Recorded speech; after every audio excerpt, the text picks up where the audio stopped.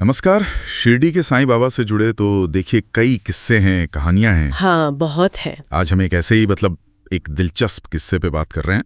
हमारे पास एक लेख का अंश है। अच्छा। हाँ, इसमें साईं बाबा के एक कह सकते हैं चमत्कार का जिक्र है। अच्छा। रघुनाथ नाम के एक भक्त थे, उनके बेटे का उद्धार। हाँ, रघुनाथ वाला किस्सा। तो कहानी जहां तक मुझे याद है शुरू होती है कि उनका बेटा बहुत ज्यादा बीमार था। बहुत ज्यादा, मतलब लेख कहता है कि हालत इतनी गंभीर थी कि डॉक्टरों ने भी, आप समझिए, उम्मीद छोड़ दी थी। बिल्कुल साफ कह दिया था कि बच्चा अब नहीं बचेगा। अब ऐसी स्थिति में किसी का भी विश्वास डगमगा सकता है ना? हाँ बिल्कुल।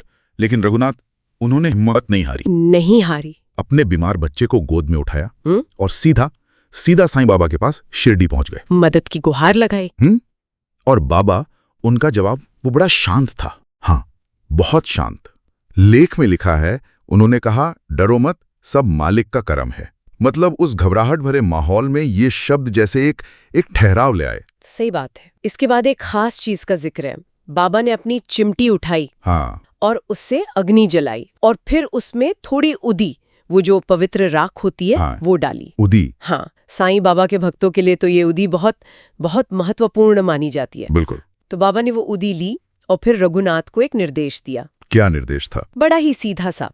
कहा कि ये उदी लो, थोड़ी बच्चे के माथे पर लगा दो। अच्छा। और थोड़ी सी पानी में मिलाकर उसे पिला दो। बस इतना ही? कोई लंबा चौड़ा अनुष्ठान नहीं? कुछ नहीं? नहीं, कुछ नहीं। निर्देश बहुत सरल थे। लेकिन यहाँ देखने वाली बात यह है कि उनका पालन, मतलब पूरी आस्था के साथ किया गया। रघुनाथ ने कोई सवाल नहीं किया। हाँ, ये अहम बात है। उस वक्त शायद तर्क पीछे छूट गया होगा। पूरी श्रद्धा से उन्होंने वैसा ही किया। बिल्कुल। और फिर नतीजा, जैसा लेख में लिखा है, वो तो कमाली था। हाँ, चमत्कार ही कहेंगे उसे। कुछ ही देर में बच्चे का तेज बुखार उतरने लगा और देखते ही देखते वो उठ बैठा और फिर से खेलने कूदने लगा, एकदम स्वस्थ। ये तो सुनने में भी अविश्वसनीय लगता है ना? और इस घटना का असर सिर्फ रघुनाथ पर नहीं पड़ा। जब गांव वालों ने ये देखा तो वो भी हैरान रह गए। जाहिर है, कोई भी रह जाता। सब दंग थे। लेख में उनके शब्द भी लिखे हैं। सबने एक स्वर में कहा। क्या कहा? साईं बाबा की जय हो, वे वास्तव में जीवित देवता हैं। अच्छा, तो इस एक घटना ने लोगों की आस्था को कितना गहरा कर दिया होगा। हाँ, ये दिखाता है कि कैसे एक व्यक्तिगत अनुभव, एक व्यक्ति का दुख और फिर उसका समाधान पूरे समुदाय के विश्वास को मजबूत कर सकता है। तो इस लेख के अंश से हमने देखा कि कैसे एक पिता की जो घोर निराशा थी वो अचानक आशा में बदल गई। हाँ, और इसका पूरा श्रेय साईं बाबा और उनकी उदी को दिया गया है, कहानी के अनुसार। ये विवरण कहीं न कहीं आस्था की शक्ति पर और अप्रत्याशित समाधानों पर रोशनी डालता है। बिल्कुल।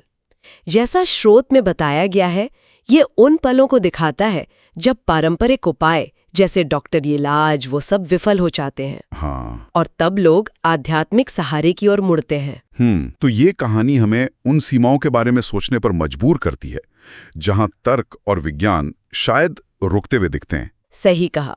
और ऐसे में अटूट विश्वास की भूमिका क्या हो सकती है, ये एक बड़ा सवाल है। बिल्कुल। तो इसी विचार के साथ आज की ये चर्चा हम यहीं समाप्त करते हैं। एक सवाल सुनने वालों के लिए छोड़ जाते हैं। हाँ। कि जब जानने समझने के हमारे स्थापित तरीके हमारी सीमा पर पहुंच जाते हैं, तो क्या अटूट विश्वास, क्या वो अपने आप में एक रास्ता बन सकता है? सोचने वाली बात है। इस पर सोचिएगा जरूर।